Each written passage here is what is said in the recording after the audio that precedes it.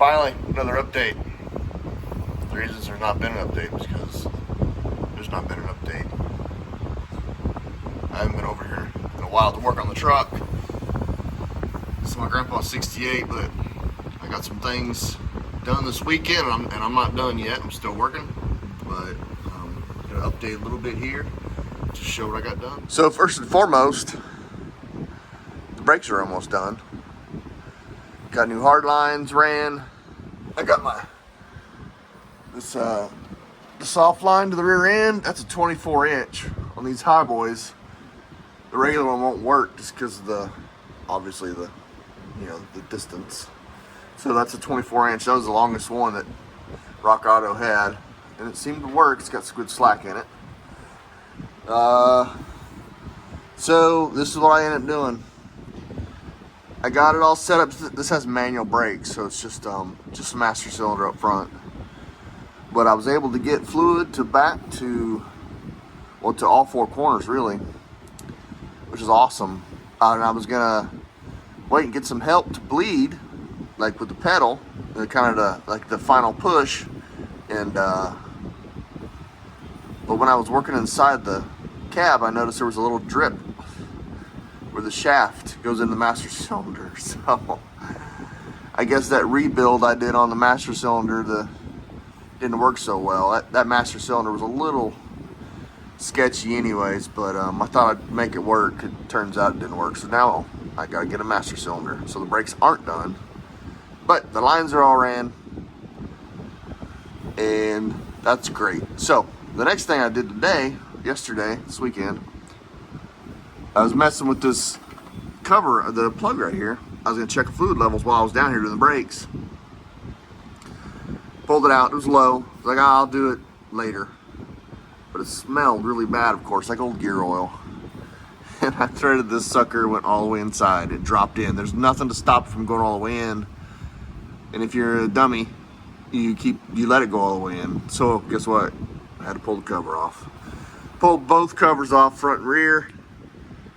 Got them all RTV'd up, and they sat overnight.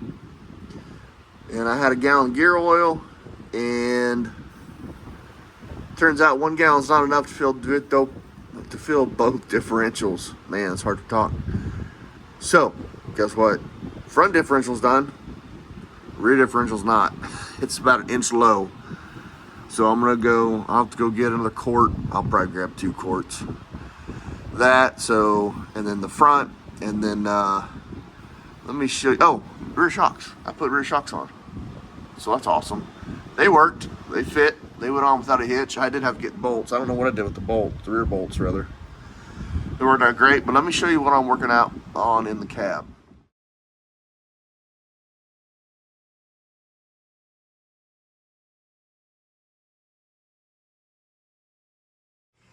All right. If it looks like a mess, it's because it is a mess. And I probably need to straighten up to help me out because I'm struggling here. Here's the situation. The truck column has a turn signal thing here, but I had this and I thought this was cool. This is a old style, like hot rod. It's called a Chief. This brand's a Chieftain, but I think they used them on older cars that didn't have turn signals, which is not this one. Anyway, so the column wiring, I got it cut short. It's right there.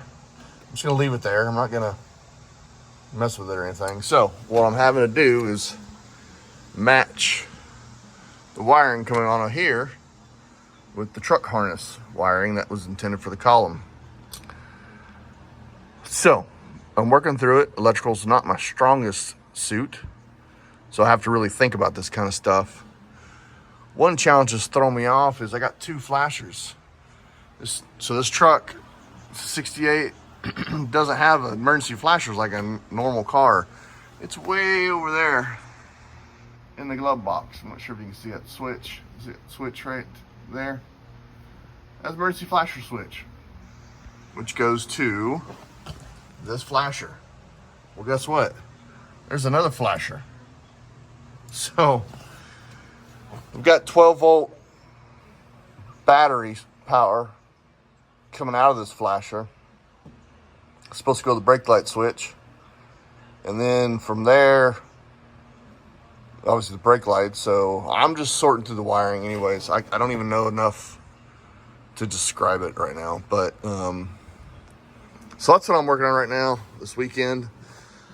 It's really deflating to work on this stuff because I do struggle through it. But anyway, so that's what I'm working on right now. I don't know.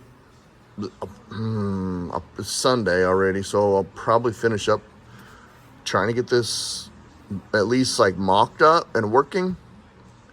But we'll see. I may have to cut it short at some point. So, oh, you can see the fluid that dripped down from the master cylinder. Anyway, so just a short update. Hopefully I'll have another one soon, but we'll see. I almost forgot. Another small update, but I gotta get updates where I can. I got the taillights wired up. Well, I mean, you can't really tell anything, I guess, but. And I got my little flat 4. I hope that's right on the truck end. I checked the trailers, I think that's right. But anyways, got my little flat 4 wired in. And yeah, got the tail lights buttoned up. And they do work because the running lights work and whatnot. And the emergency flashers work. Do the emergency flashers work?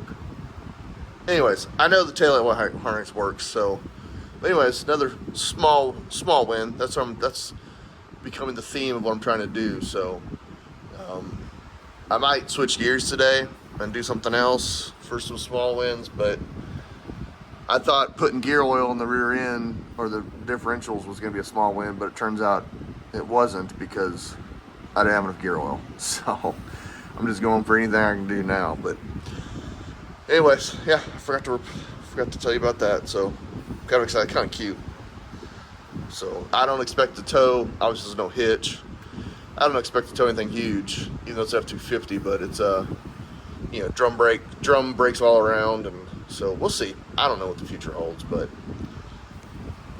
keep on going.